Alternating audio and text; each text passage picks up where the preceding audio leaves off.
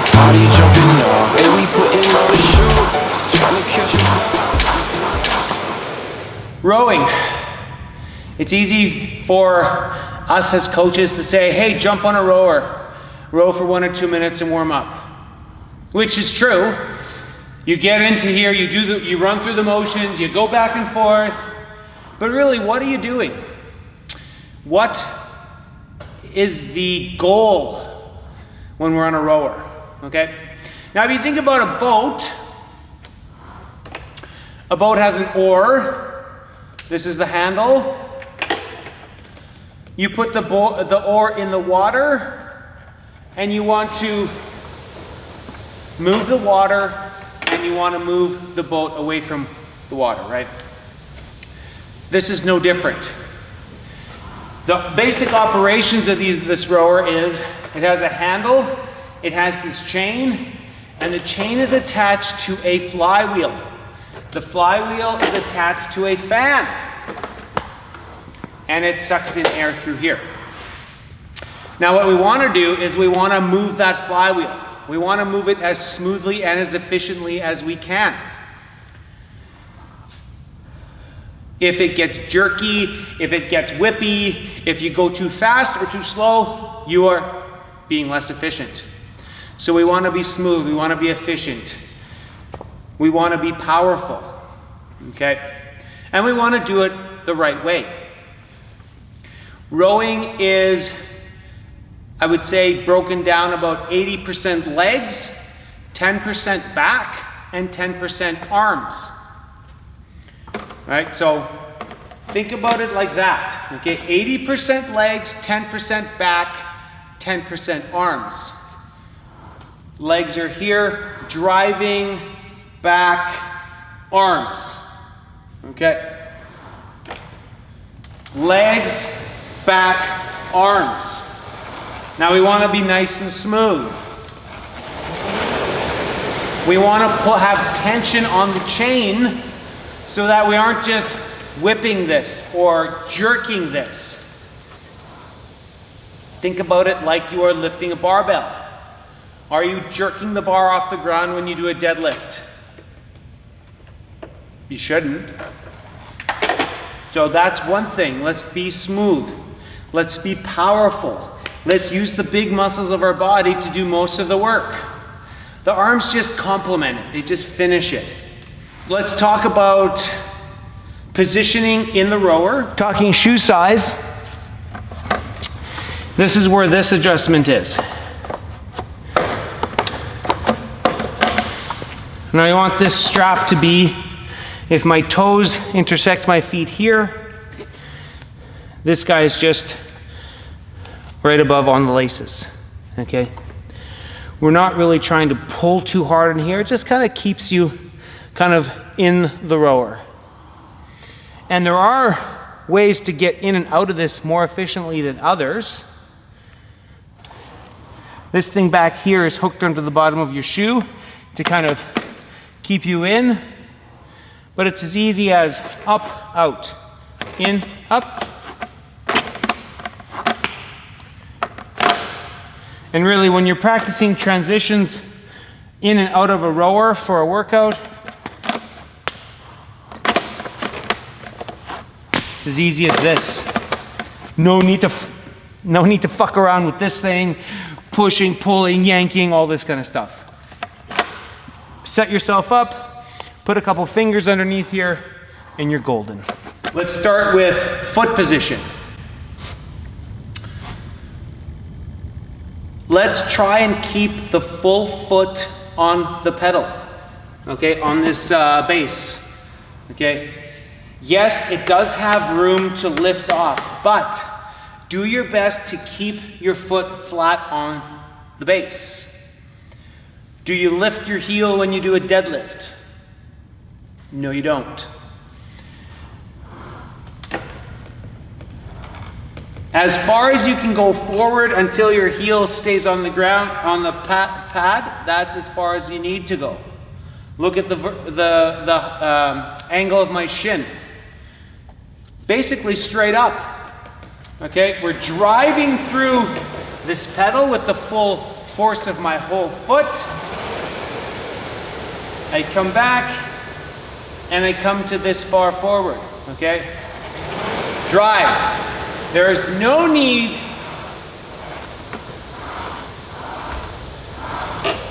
to do this. There is no benefit from having this guy this far into the rower and then driving off of your toe when really the strong part of your body, your legs are driving full flat off of your heel. So this does take some practice.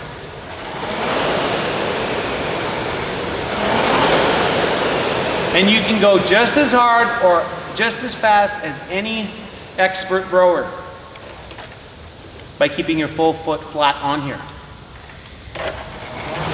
And once again, tied to that is how far do you need to reach into it, okay? You do not. This length here is enough power that you need, okay? Legs, back, arms. Legs, back, arms.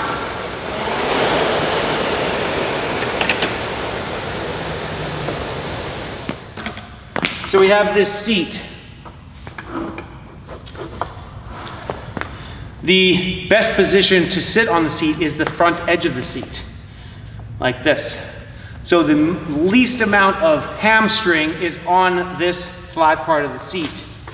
If you're positioned back here like this, after a decent amount of rowing, you're gonna feel some, I don't know, numbness or tingling or seizing of the hamstring. So we wanna be as close to the front of the seat as possible. So that's our second position. And the third point that's touching the rower is our hands on the handles. We want to be nice and wide, right to the very end, okay? We don't want to be hanging over the edge of it with our hands, and we do not want to be on the inside, okay? We want to be nice and wide. Ideal position for our hands is right here. Our elbows should come right next to our ribs, so our shoulders are relaxed. Now that is this.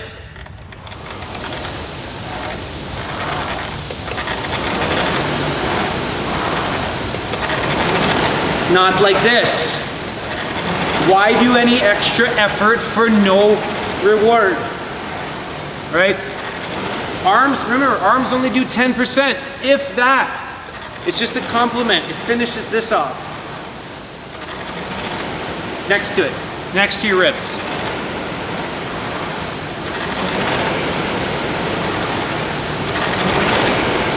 Speaking of pulling, note where this hits my, well, comes close to my body. Okay? My sternum is here, my belt line is here. Basically touching my abs, right? My stomach.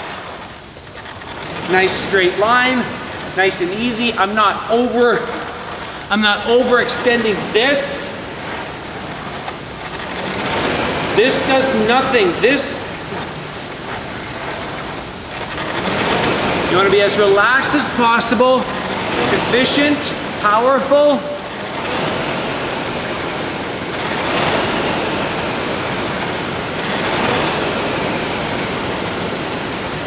Hand position on the handle, right here like this. Grab it in the palm of your hand. Strong grip here. Loosen off when you go back.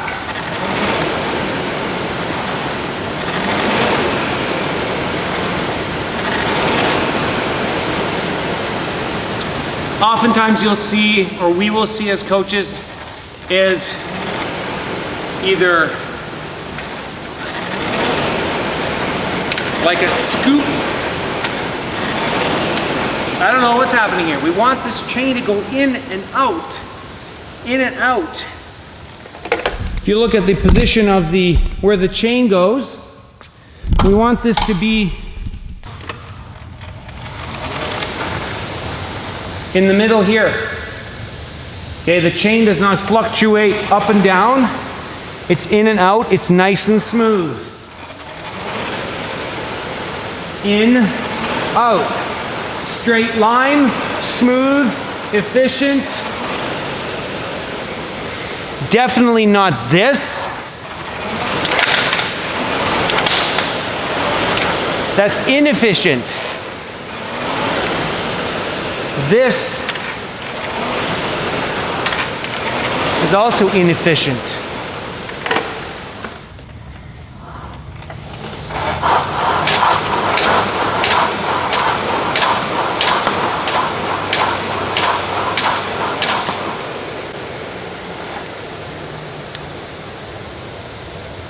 Now is that 80% legs, 10% back, 10% arms? How about this?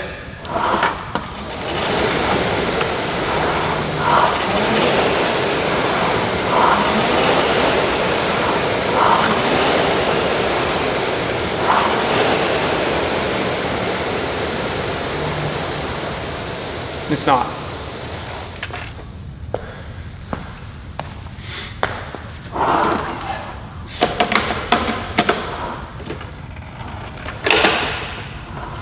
Now, when you're doing a workout, more than likely you were wondering about this adjustment, okay?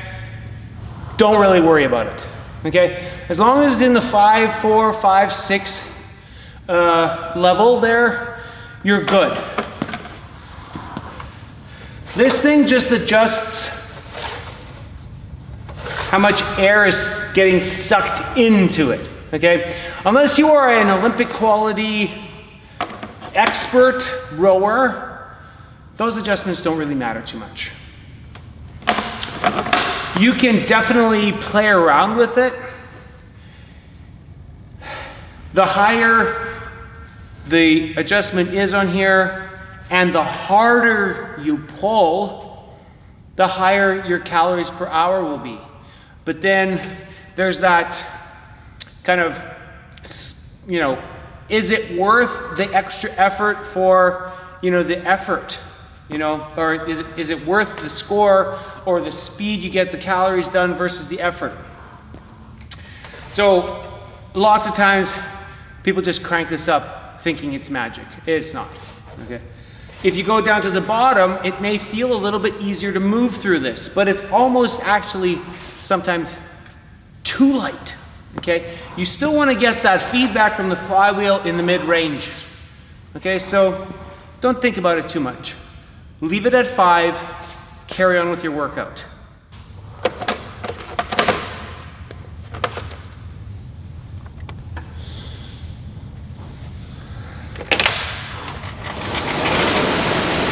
Another thing we need to talk about, which is a pretty important number, is this bottom left number. S over M. That means strokes per minute. Okay? That's how many times in a minute you are bringing the chain out and down. Okay? For most things we do as far as workouts, you are going to be in the under 30 number, okay? So 25, 27, that is good enough that you will still have a good enough pace. You're able to catch your breath because you are not going too fast.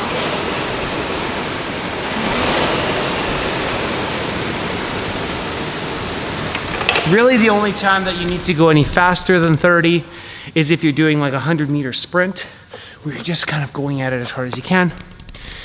But for most people and for the most part, it's unnecessary. Workouts that involve calories. Now, the point of that is power, okay?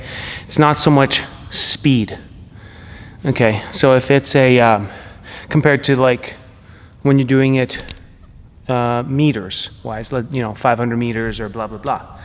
Here, when we're looking at calories, it's really how hard can you pull per stroke, okay? So if we stay in that mid 20 stroke per minute,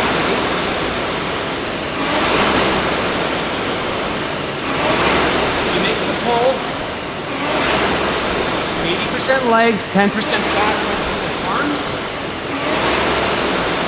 Take 2 or 3 seconds to come back.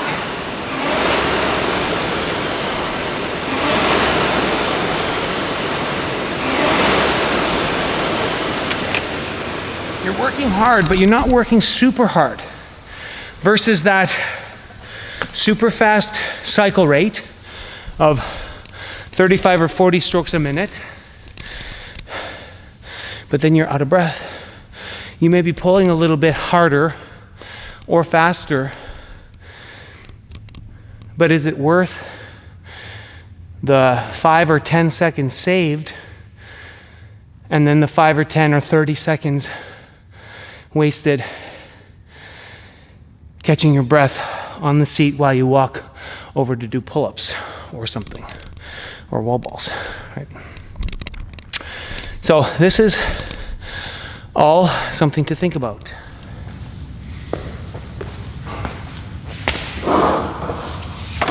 And really the basis behind this video is to demonstrate that this just isn't something that's tossed in the corner just to jump on and just flit about, pull, bring your heart rate up. It takes practice. It takes an awful lot of technique in order to get better at it. Plus, you don't want to look like a fool. Let's go!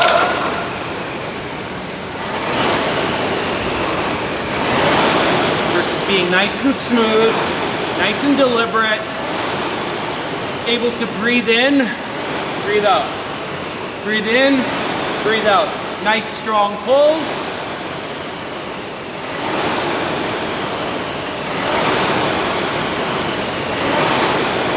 Something I failed to note is, so I mentioned at the start, it's legs, back, arms, but when you want to go back, you reverse it.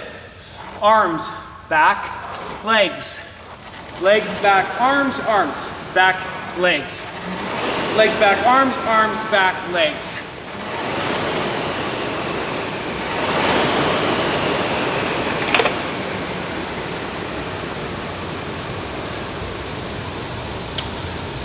Now being controlled, nice strong pull.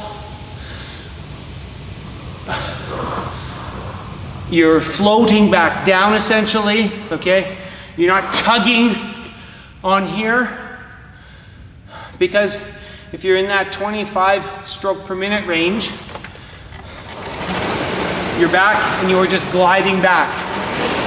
You're not tugging on these straps with force, because the work is done that way. It is not done that way. A good test to see if you're an efficient rower, how about this? Put your feet over top of the straps. Okay? Can you row with almost the same pace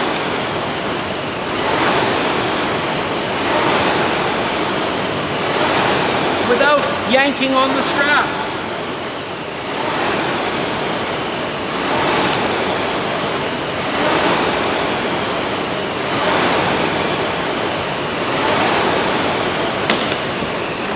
It takes some skill, takes some practice, much like anything.